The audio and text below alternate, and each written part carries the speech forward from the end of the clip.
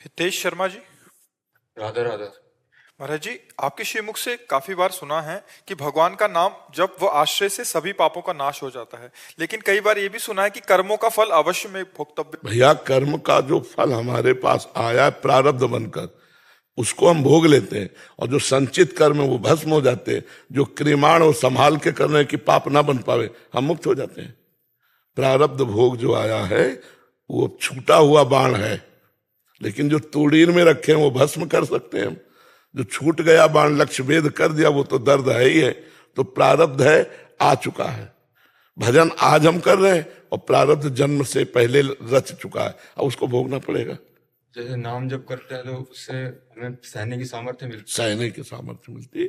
प्रारब्ध नहीं नष्ट होता, प्रारब्ध भोगना पड़ता है बड़े बड़े सिद्धों को, और संचित कर्म भस्म हो जाता है और क्रिमाण निष्फल हो जाता है, और प्रारब्ध को भोगने की सामर्थ्य भगवान देते हैं। तो भजन की सामर्थ्य सहयाती है और अपनी दिनचर्या पूरी कराती है। हम कोई निराश नहीं, कोई हताश नहीं, कोई उदास नहीं। ये भगवान के भजन का प्रभाव है। समझ पा रहे आप? आपको ठंड नहीं लगती? जितने से काम चल जाए उतने से चला लेते हैं। अब चूंकि पहले गंगा किनारे रहे ना, तो गंगा किनारे बहुत भीषण ठंडी होती है, और उस समय हमने कभी स्वेटर, साल, कंबल इनका प्रयोग नहीं किया। हाँ जी, बहुत कष्ट होता है, पर आप नहीं, अब मतलब अब जैसे बनियाइन है, एक बनियाइन, अब अपने इतने से काम चल जाता है तो हम चला रहे काम। अब जैसे बाहर निकलेंगे तो एक बार महसूस होगा कि हाँ ठंडी है, बस फिर खत्म। चिंतन में अगर हम प्रभु का चिंतन कर रहे हैं तो फिर इन सब ठंडी गर्मी मात्रा स्पर्श शास्त्र कौनते शीतोष्ण सुख दुखदा आगमा पाइनो अनित्यास तास्तितिक्षस्व भारत। बचपन से इसका सहा है, भूख प्यास गर्मी सर्दी मार दुलार दोनों सहे हैं।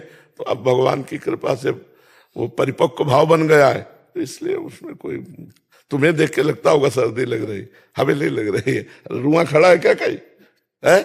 हाथ को देखते हैं ना तो फिर ऐसा लगता है कि हम भी नहीं पहने। तो वहां पे रहते तो नहीं पहनते, वृंदावन में 2 दिन से तो मतलब पहनना ही पड़ा हमको। नहीं, पहनना पड़ेगा। प्रारब्ध बदला जा सकता है नाम जब से? यार, बदला जा सकता है, पर हमें लगता है कि जैसे मच्छर मारने के लिए ब्रह्मास्त्र का प्रयोग किया जाए तो बेकार है। नहीं, ब्रह्मास्त्र का प्रयोग मच्छर मारने के लिए, भजन का प्रयोग प्रारब्ध तो भोग के कट सकता है। हम भजन करते हैं भगवत प्रति, केवल भजन पे ध्यान दें। बस भजन पे ध्यान दो, भगवान तुम पे ध्यान देंगे, तुम भगवान पे ध्यान दो। भगवान कहते हैं ना, अनन्य चिंतन तो माम ये जना परिपासते तेसाम नित्याभियुक्ता नाम योगक्षेमम वहाम्य हम। मैं तुम्हारा ध्यान दूंगा योग और क्षेम का, तुम मेरा चिंतन करो जी। तो कहीं महाराज जी है, कहीं महाराज जी, भगवान जी का ही रूप तो नहीं है? अब ये तो हमें पता नहीं है। हमें तो ये पता है कि भगवान के एक तुच्छ दासों का दास है, भगवान के दास। मेरा सवाल यह था कि भक्ति कैसे करें और संसार में रह के भक्ति कैसे करें? देखो, भक्ति तो एक ही तरह से होती है। जीवन शैली 2 तरह की होती है, एक गृहस्थी में रहकर जीना, एक विरक्ति में रह के जीना। लेकिन भक्ति तो ऐसी ही होगी। जब भक्ति का रंग चढ़ेगा तो नहीं खान पान ते भावे है, नहीं कोमल वसन सुहावे है, सब विषय लगे ते खारा है, हरि आशिक का मग न्यारा है। नारायण हरि भजन में 5 न सुहात, विषय भोग निद्रा हंसी जगत प्रीति बहुबात। चाहे वो गृहस्थ हो चाहे विरक्त हो, जब तक अपनी ममता बटोर कर सब जगह की भगवान के चरणों में नहीं समर्पित कर देगा, अखंड भजन नहीं करेगा, तब तक भगवत प्राप्ति कठिन है, चाहे कोई भी हो। भजन से भगवान की प्राप्ति होती, चाहे विरक्त हो चाहे गृहस्थ हो। रहनी अलग अलग है। हम मांग के खाते हैं, आप मांगने वाले को खवाते हैं। अंतर इतना है, हम मांग के खाते हैं और आप मांगने वाले को खवाते हैं। आप मेहनत करते हैं, हम भजन में मेहनत करके आपको भजन देते हैं, आप अन्न में मेहनत करके हमको भोजन देते हैं। दोनों का एक दूसरे से, आप हमें भिक्षा देते हैं, हम आपको शिक्षा देते हैं।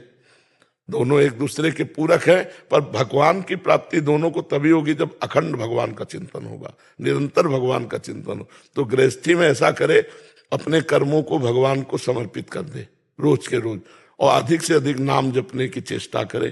तो इससे भगवत भक्ति बढ़ेगी और भगवत समर्पण होगा तो भगवत प्राप्ति हो जाएगी। महाराज जी, दुख में भक्ति ज्यादा होती है, सुख में कम हो जाती है। हाँ, ऐसा उपाय है। अगर सुख में भगवान की दुलार वृत्ति देखो कि हम पर कितना दुलार है भगवान का, तो बार बार उनकी याद आएगी नहीं। देखो कितना दुलार है, लोग ठंडी में कपड़े नहीं है, कांप रहे हैं, मुझे बढ़िया कपड़े भगवान ने दिए, मुझे बढ़िया मकान दिया, मुझे बढ़िया परिवार दिया, बड़ी कृपा है भगवान की, बड़ा दुलार। तो बार बार भगवान का स्मरण आवे। जब हम सुख भोगने में, तो फिर भगवान का भी स्मरण हो जाएगा। और सुख जितने उनको सबको प्रसाद बना ले, भगवान को अर्पित करके, चाहे वस्त्र हो, चाहे रुपया हो, चाहे जो, भगवान को स्वामी बना ले, स्वयं सेवक बन जाए, तो सुख पूर्वक भगवान की प्राप्ति हो जाएगी। दुख में तो भगवान का सुमिरन होता ही है, और सुख में हो, सुख दुख में सुमिरन सब करे, सुख में करे न कोई, जो सुख में सुमिरन करे तो दुख काहे को होए। संतों ने कहा ना, तो सुख में तो और बढ़िया सुमिरन होना चाहिए, क्योंकि चकाचक कोई परेशानी ले तो और राधा राधा राधा राधा, दुख में तो परेशानी युक्त राधा राधा, सुख में आनंद युक्त राधा राधा, दोनों में हो जाएगा। अभ्यास करो, अभ्यास। भोगों के मिलने पर भगवान छूट जाते हैं, ये गलत बात है। भोगों के मिलने पर और भगवान का दुलार लगना चाहिए, नहीं कि देखो भगवान हम पर कितने प्रसन्न है, हमारी कोई असुविधा ही नहीं, सब सुविधा किए तो हम और जपे राधा राधा राधा राधा राधा। महाराज जी, आपके दुनिया भर में इतने शिष्य हैं, लाखों हजारों, मैं भी उनमें से एक हूं महाराज जी, बहुत प्यार करता हूं आपसे। मुझे लगता है कि क्या मेरे गुरु ये जान पाएंगे कि मैं इतना प्यार करता हूं उनसे, क्या मैं उनको जना पाऊंगा कभी? क्या तुम ये जान पाओगे गुरु तुमको प्यार करते हैं, तभी तुम गुरु से प्यार करते हो? तुम ये जान पाओगे कि गुरु तुमको प्यार करते हैं, तभी तुम्हारे हृदय में गुरु के प्रति प्यार आया है। आपकी तरफ से नहीं है, गुरु की तरफ से है। गुरुदेव को भाव में आचार्य और गुरुदेव को प्रसादी खिला सकते हैं कि अमनिया ही खिलाना पड़ेगा? प्रसादी कैसे खिला सकते हो? भगवान रहते हैं बगल में, तो भगवान को खवा के जैसे गुरुदेव। हाँ ऐसे, हाँ ऐसे ऐसे ऐसे, ये उत्तम बात है। कभी कभी भाव में आता है कि गुरुदेव को भी आचार्य को अमनिया ही खिलाएं। नहीं नहीं नहीं नहीं, गुरुदेव को पसंद आएगा, पहले इष्ट को, फिर आचार्य को, फिर गुरुदेव को, ये गुरुदेव को पसंद आएगा। नहीं, हाँ बहुत सुंदर, बहुत सुंदर। मन में जैसे इच्छा आती है तो मैं फिर कहती हूँ कि नहीं, मेरे को ये कुछ नहीं चाहिए, और थोड़े दिन बाद वही चीज पूरी हो जाती है। तो श्री जी और ठाकुर जी कहीं मुझसे नाराज तो नहीं कि वो इच्छा जल्दी जल्दी पूरी कर देते हैं? नहीं, वैसे चाहिए कि इसमें हमको हर्षित नहीं होना चाहिए। जब हमारी इच्छाओं की पूर्ति हो तो हमें अपने ऊपर प्रश्नवाचक चिन्ह खड़ा कर देना चाहिए कि हम क्या भक्त हैं? प्रभु को सुख देने की बात नहीं सोचते, अपने सुख मांगने की बात सोचते हैं। और श्री जी, मैं कभी मांगू भी तो आप पूरा मत करना, ऐसा प्रार्थना करना चाहिए। हमें राजी नहीं होना चाहिए। नहीं, हमारा मन मांगता रहेगा, उधर वो पूर्ति करते रहेंगे और छुपते रहेंगे, वो छुपते रहेंगे, और हम अपनी कामनाओं की पूर्ति में पूरा जीवन बर्बाद कर देंगे। और कामनाओं का क्या अस्तित्व, ये कभी टिकती थोड़ी है। अभी एक कामना पूर्ति, दूसरी खड़ी हो गई, तीसरी। तो हम, एक भक्त थी, उन्होंने भगवान से कहा था कि यदि मैं स्वर्ग मांगू तो मुझे नरक भेज देना, यदि मैं सुख मांगू तो मुझे दुख दे देना। हे नाथ, आप मेरे मन की कभी पूरी मत करना। उसे उत्तम बात यही है कि हम प्रभु से प्रार्थना करें कि मेरे मन की पूर्ति न करना, आपके मन में जो वही करना। जी। श्याम जीवनी